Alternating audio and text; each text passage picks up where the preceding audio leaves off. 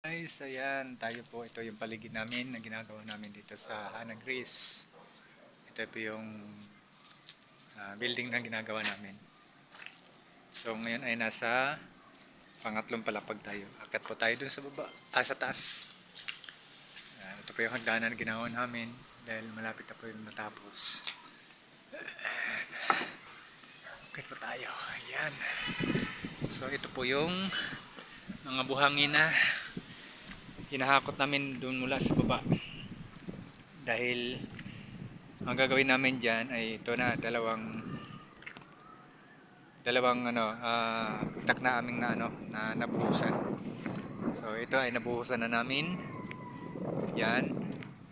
So ito na lang, kakonti na lang yung aming gagawin, isang na lang.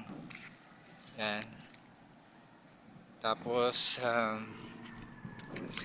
ito po yung aming paligid. Kaya dadala tayo kasi medyo sobrang lalim na ito. So ito yung pinakababa namin. So nasa tatlong palapag tayo, yung pinababa. Yung buhangin na yon, yan, yung graba ay inaakyat namin yan dito sa taas. Dito sa taas ito. At itong lubid na ginagamit namin. At doon namin inaakyat yan sa yun na nakatambak na yun. Yan o. So yun po yung laki ng paligid na yun. So ikaw tayo. Tingnan natin yung ating paligid. Sa paligid natin. Yan. Ito po yung paligid natin dito. Ay yan. Yan. So yung mga ginagawang bahay doon sa kabila. Tapos may mga batang naglalaro doon sa kabila yun. So yun. Tapos yung dulo na yun, yung may blue na yun, yan, ginagawa na rin siya. Develop na rin siya. So itong bahay na ginagawa na rin dito. Yan, kabila. Ikot tayo.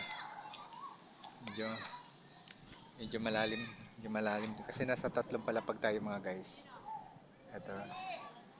So yan, ikot tayo sa paligid. Ayan. Tingnan natin yung paligid natin.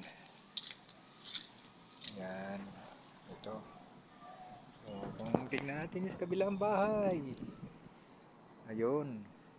So guys, so yun yung paligid natin dito sa kabilang bahay. Yan. So medyo makulimlim ngayon panahon.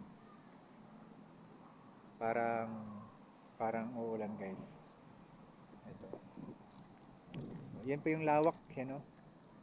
Yan lawak ng building na aming ginagawa. So ayan. Ikot tayo. Hindi malakas ang hangin. Yun. Dito tayo. Yan ang aking sasakyan. Nandun sa baba. Yun. Yun. Aking sasakyan. Yun. Tapos paligid natin. Yan. So yan guys. So yan paligid natin. Ilang bahay. Yan. Ito tayo dito sa kabila. At yung lugar na yun. Yun. Yan. Tapos ito yung may gasolinahan. Ito naman yung highway na ito. Papunta ng Dasma. Ito papunta sa Paliparan. Bye bye guys. Mababa na tayo ulit.